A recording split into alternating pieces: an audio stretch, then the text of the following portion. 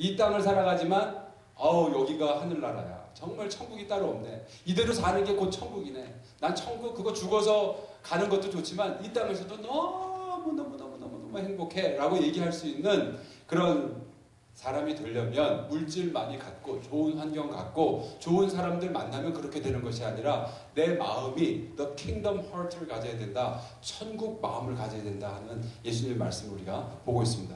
여러분은 이 Kingdom Heart의 주인이십니까? 아메리칸 드림들은 다 가지고 계실 거예요. 내가 이 북미에 와가지고 말이지 이민자로서 말이지 남보란 듯이 한번 내 멋진 목표를 이루어보리라. 솔직히 겸손한 척 하시지만 그런 야심들 없으세요? 있으실지도 모르겠어요. 있으실 거예요. 그런데 그런 아메리칸 드림보다 더 대단하게 킹덤 드림이고요. 그 킹덤 드림을 이루기 위해서는 킹덤 하트를 가지고 있어야 된다라는 것입니다. 정말 우리 어머니가 대표적이시죠. 우리 뒷바라지 하시느라고 허리가 다치는지 관절이 어떻게 되는지도 모르고 더군다나 남편은 또 자식보다 더 애 노릇할 때도 있는데 그 남편 수발 들어주랴 애들도 다 해주랴 하면서 우리들의 오래된 어머니, 요즘 어머니들도 마찬가지시죠. 뭐 구조적으로 마찬가지입니다. 이렇게 애쓰고 하고 뒷바라지를 막 이렇게 남을 위해서 돌보고 자기의 모든 것들 다 내어주고 그들의 삶의 일정표에 맞추고 저도요 애들 픽업해주고 드라이브 해주고 이거 다 일정 맞춰야 됩니다. 성도님들께서 저 목사는 교회 일을 하는 거 애들 드라이브만 해주나 혹시 그렇게 생각할지도 모르지만 아랑곳하지 않고 나는 내 아이를 드라이브 해주면서 그 시간에 데이트하고 해야 된다 막 그러면서 열심히 맞춰주고 있어요. 이렇게 남의 삶에 내 모든 것들을 맞춰주는 삶을 그렇게 쭉 살아가고 있는데 돌아오는 것이라고는 멸시와 무시와 엄마가 나한테 해줄 게 뭐가 있어 뭐 이렇게 따지고 들고 말이죠. 알고 오면 내가 잘났지 엄마가 잘났어 뭐 이렇게 나오면은 그 마음이 얼마나 상하겠어요. 그 상한 마음을 가진 사람들 중에 상당수가 어느 날 예수님을 만난 겁니다. 예수님을 만나서 그 양반이 하도 말씀을 잘 하신다고 그러니까 그 양반 말씀은 그냥 입에서 나오는 말이 아니라 정말 어떤 능력의 근원에서부터 터져 나오는 그래서 그 말씀을 듣는 순간 내 마음이 움직이고 내 관계가 움직이고 내 삶이 움직이고 내 환경까지도 움직이는 권세 있는 말씀이다라는 소문이 막 들리니까 나도 한번 들어볼까? 그래서 그 양반이 산으로 가자면 산으로 바닷가로 가자 그러면 바닷가로 들로 가자 그러면 들로 쫓아다니면서 말씀을 듣는 무리들 중엔 이렇게 남의 뒷바라지 하다가 지치고 상하고 더 이상은 못하겠어. 나도 내 인생 찾고 싶어. 막 이런 사람들도 많이 있었던 모양입니다. 그러니까 예수님께서 남의 뒷바라지 하면서 남의 삶에 자기 것 다 맞춰주면서 살아간 그 사람, 자기 것보다 남의 것을 소중히 여겨야만 되는 그런 구조 속에서 지치고 힘든 그 사람에게 하나님이 그 똑같은 마음을 갖고 계시고 그 모든 것들을 채워주신다 하는 말씀을 해주셨어요. 이때까지는 우리가 구하는 마음, 버리는 마음, 껴안는 마음, 무너진 마음 그렇게 봤는데 맞추는 마음, 남한테 다 맞춰주는 그런 마음 있잖아요. 여러분들은 남한테 주로 맞춰주시는 편인가요? 아니면 나한테 맞춰 이렇게 하시는 편인가요? 예수님께서는 그렇게 남한테 맞춰주는 사람, 남을 이렇게 돌봐주는 사람, 남을 불쌍히 여겨주는 사람은 복이 있나니 그들이 하나님의 긍휼히 여김을 받을 것이다. 그렇게 말씀을 해주셔서 오늘 말씀의 제목은 맞추는 마음이다 라고 그렇게 정했습니다. The attuned heart 이렇게 정했어요. 거기에 조율된 마음이다 라는 것이죠. 어머니들을 보면은 정말 아무리 이렇게 자유분 가까운 어머니들도 있지만 그래도 보면은 말이죠. 맞춰져 있어요. 남편한테 맞추고 있고 자제들한테 맞춰져 있고 그래서 맞춰져 있습니다. 그래서 내가 거기에 딱 집중하고 최선을 다하고 있는데 그쪽에서 뭔가 좋은 결과가 나오지 않으면 본인보다도 더 마음 상해하고 안타까워하고 그러는 분들도 많이 계세요. 이게 남한테 맞춘다는 것은 쉽지 않은 일인데 성경에는 이런 현실의 어머니들 못지않게 성경에는 남의 삶에 자기의 삶을 맞추는 사람들의 예가 많이 나와 있습니다. 그리고 그 사람들이 얼마나 중요한 사람들인지 예수님이 하나님이 그들을 얼마나 대단하게 생각하시는지 칭찬하는 예들도 있고요. 누가복음 10장에 나오는 착한 사마리아인의 비유 여러분들 다 아시죠? 우리 한번 같이 교독하시겠습니다. 한 절씩 번갈아 읽으시겠어요? 예수께서 대답하여 이르시되 어떤 사람이 예루살렘에서 여리고로 내려가 다가 강도를 만남에 강도들이 그 옷을 벗기고 때려 거의 죽은 것을 버리고 갔더라. 마침 한 제사장이 그 길로 내려가다가 그를 보고 피하여 지나가고 또 이와 같이 한 레위인도 그곳에 이르러 그를 보고 피하여 지나가되 어떤 사마리아 사람은 여행하는 중 거기 이르러 그를 보고 불쌍히 여겨 가까이 가서 기름과 포도주를 그 상처에 붓고 싸매고 자기 짐승에 태워 주막으로 데리고 가서 돌보아 주니라.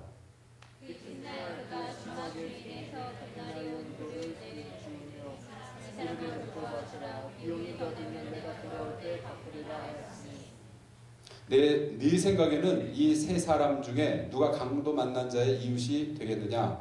이르되 자비를 베푼 자니이다. 예수께서 이르시되 가서 너도 이와 같이 하라 하시니라.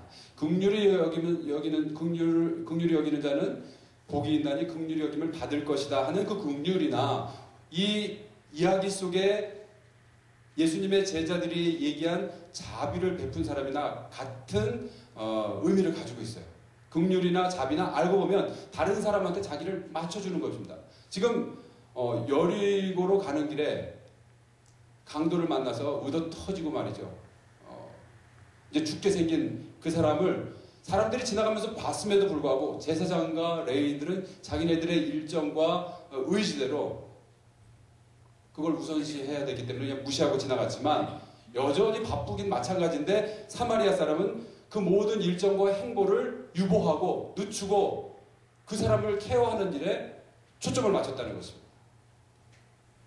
남이 나보다 더 급하다고 여긴 것이죠. 그것이 긍휼이고 자비고 맞춰주는 것입니다. 긍휼과 자비라는 건 맞춰주는 거예요. 그런데 이 사람을 이 사람이 얻은 게 뭐가 있겠어요? 무슨 소득이 있다는 얘기가 이 이야기 속에 나오지 않습니다. 그러나 예수님은 이 사람이 참 잘한 사람이다. 그 제사장, 레위인 다 하나님의 타이틀 하나씩 하는 사람들인데 그 사람들 하나님께 칭찬받을 거 없다. 그러나 이 사마리아 사람은 아무도 알아주지 않겠지만 심지어 이 아픈 사람조차도 의식을 갖고 있지 않았으니 알 도리가 없겠지만 하나님은 이 사람을 긍휼히 여기신다. 그렇게 말씀하고 계시는 것입니다. 긍휼은 그냥 보통 어떤 상대방한테 맞춰주는 그 수준이 웬만한 수준이 아니고 자궁, 태, 그러니까 엄마가 아이를 품고 있고 그 아이에게 모든 걸 맞춰주는 것처럼 그래서 엄마가 그렇게 아름다웠던 배가 뿔뚝 튀어나오잖아요. 모든 걸 다 그 아이에게 맞춰주는 거예요. 자기를 변형시키면서까지 맞춰주는 거예요. 내 삶이 누군가를 위해서 그렇게 변형을 불사하고 마다하지 않고 그 누군가에게 맞춰주는 삶이 있었다고 한다면 그것은 긍휼히 여기는 마음이 내게 있는 것이고 그런 삶에 바로 천국이 시작되었다는 것입니다. 물론 굉장히 힘들어요. 아기를 이렇게 임신한 엄마들이 처음에는 기뻐하고 하지만 시간이 지나면서 지쳐하는 표정이 역력하고요. 주변에서 잘 돌봐주지 않으면 짜증도 많이 내고 그렇습니다. 굉장히 쉽지 않죠. 긍휼히 여긴다는 거, 동정한다는 거, 불쌍히 여긴다는 거 쉬운 일 아닙니다. 그것 때문에 지치고 어떤 사람은 우울증에 빠지기도 하고 심지어는 선택하지 말아야 될 선택을 할 때도 있어요. 그런데 그 긍휼이 얼마나 중요한지 하나님도 그 긍휼히 여기는 사람을 눈여겨보신다. 우리 여기 웨스트 에드먼튼 몰 근처에 있는 병원 있잖아요. 미세리코르디아 그거 있잖아요. 그게 mercy, 예? 어떤 compassion의 의미를 가진 뜻이라고 그래요. 자비다 이런 거죠. 예. 긍휼히 여긴다. 그 병. 그래서 저는 그 이름이 하도 좋아가지고 가면은 긍휼히 여겨줄 적에 알았더니 또 행정은 또 별개 문제더라고요. 이게 또 스피릿은 그렇겠죠. 훌륭하신 분들이에요. 그래서 이 긍휼이라고 하는 것이 곤경을 당한 자를 보면 그 일이 자신의 일정과 목표와 무관한 일임에도 불구하고 애간장이 녹는 마음이 되어 상대의 처지에 자신의 행보를, 자신의 일정을 맞춰주는 마음이다. 엄마들은 이걸 원하지 않아도 한 번씩은 다 경험하시게 돼 있어요. 엄마라고 불려지는 여인네들은 다 그래요. 근데 다른 사람들은 이게 기회가 그렇게 쉽지가 않아요. 누군가에게 날 맞춰준다. 쉽지가 않습니다.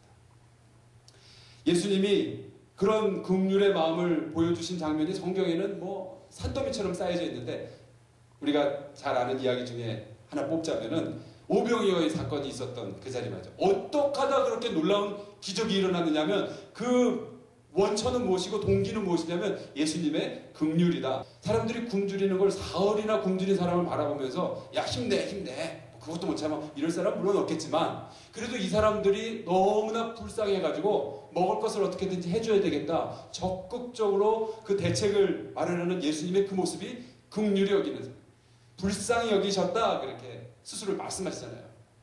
불쌍히 여긴다고 하는 건 여기까지 가야 되는 것이라는 거예요. 상대에게 내 일정과 내 모든 능력들을 맞춰주는데 이만큼까지 맞춰주는 것이 긍휼이다. 그러다가 지치고 탈진하고 포기하고 싶고 도망가고 싶고 이런 마음이 들기까지 하는 거 그게 긍휼이다라는 것입니다. 그래서 막 도망가려고 그랬는데 도망가기 전에 예수님 한번 만나보자. 얘기 한번 들어보니까 바로 너희가 지금 천국에 속해 있다. 도망가지 말아라. 조금 있으면 하나님이 너희가 긍휼을 베푼 그 이상으로 너희에게 긍휼을 베풀 거야. 그렇게 말씀해 주세요. 혹시 여러분들 여기에 지금 앉아 계신 여러분들 중에 나 이제 더 이상 그 인간한테 절대 안 맞힐 거야. 막 이런 결단을 하고 오신 분들 있잖아요. 오늘 컨포메이션을 받으러 오신 분들이 내가 이제 내 마음대로 살 거야. 이제 나도 이제 저 독립이다 독립. 이렇게 혹시 생각하시는 분들이 있다면 한번 이 말씀을 통해서 다시 한번 생각해 보세요. 야, 내가 여태까지 와서 지금 지쳐 떨어진 이 자리가 천국의 시작이라고 하는데 여기 다 된 밥에 재뿌릴 건가? 혹시 이 말씀을 들으면 목사님이 나하고 한 얘기가 있어가지고 지금 그거 가지고 지금 저기 나 그렇게 못하게 하려고 그래 이렇게 생각하시는 분들 있을지도 모르는데 설교를 들으실 때 그런 불순한 태도를 가지시면 안 됩니다. 이 긍휼은 말이죠. 남에게 맞춰주는 그 마음은요. 사실 내가 처음부터 선택할 수 있는 그런 것이 아닙니다. 이것은 천국에서는 아주 귀한 보석이에요. 그래서 내가 누군가를 맞추면서 살아가는 모습이 있다.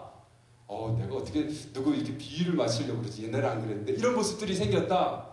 살다 보니까 어쩔 수 없이 그렇게 됐다. 그러면 여러분들은 지금 천국에서 가장 귀한 보석을 갖고 계시는 겁니다. 이 땅에서는 그게 통용이 잘 안 돼요. 사람들이 무시하기도 해요. 그것 때문에 오히려 더 나를 이용하고 착취할 수도 있어요. 그러나 하나님께 그것을 딱 들이밀잖아요. 그럼 하나님이 너 그거 가지고 있지? 나도 너를 위한 그거 가지고 있어. 해주신다는 거예요. 이건 다 된 밥에 재뿌리시지 말라는 거예요. 그 긍휼이 보석이라는 것을 현대인의 성경에서는 이렇게 잘 번역을 해줬는데 나는 정의와 공평, 사랑과 긍휼을 예물로 주고 너를 영원히 아내로 맞이하며 진실과 사랑으로 너와 결혼하겠다. 그날에는 하면서 예수님이 이스라엘을 회복시키시는 날 예물을 주시는데 그 예물이 중에 하나가 뭐냐면 긍휼이라는 예물이에요. 그거를 딱 내미시는 순간 우리들은 여태까지 남한테 긍휼을 베푸느라고 지치고 상한 그 모든 것들을 다 갚고도 남는다는 거예요. 그런데 남한테 긍휼을 베푼 적이 없어. 남한테 뭘 맞춰보려고 한 노력을 한 적이 없어. 그저 나만 맞추라고 늘 그랬어. 이런 사람들은 하나님이 내어주실 긍휼의 보석이 없다는 것입니다. 그래서 오늘 본문 말씀을 통해서 첫 번째로 우리가 하나님의 말씀을 정리할 수 있는 것은요. 자신에게 소중하고 급한 일이 있더라도 다른 사람의 곤경이나 필요가 갑자기 발견되면 그의 처지에 당신의 행보를 맞추십시오. 당신의 스케줄을 좀 맞추십시오. 그때 하나님께서 당신에게 그분의 마음을 맞춰주시는 천국의 삶이 시작됩니다. 내가 더 이상 못하겠어. 이런 지긋지긋한 지옥 같은 삶을 못하겠어. 그 사람한테 내가 얼마나 맞춰줬는데 이것밖에 대우를 안 해줘 라고 생각하는 거기가 천국의 삶의 시작이라는 거예요. 그걸 어떻게 할 수 있냐면 나를 향한 주님의 긍휼을 확인만 하면 되는 거예요. 내가 여태까지 쏟아 부은 것만 보니까 거기가 지옥이지. 그 지옥 같은 자리에서 하나님께서 나를 향해서 주시는 내미시는 그걸 보기만 하면 지옥이 바로 천국의 시작이구나. 심판이 바로 부흥의 시작이구나. 절망이 바로 희망의 시작이구나. 이런 것을 알 수 있게 된다는 것입니다. 긍휼은 보통 힘든 일이 아니에요. 맞춰주되 아주 하나가 될 때까지 맞춰주는 거예요. 마치 그 사람의 인생을 내가 대신 살아주기라도 할 것처럼 그렇게까지 맞춰주는 거 그게 긍휼이라는 것이고 예수님이 그 긍휼히 여기심을 우리에게 보여주셨다는 것입니다.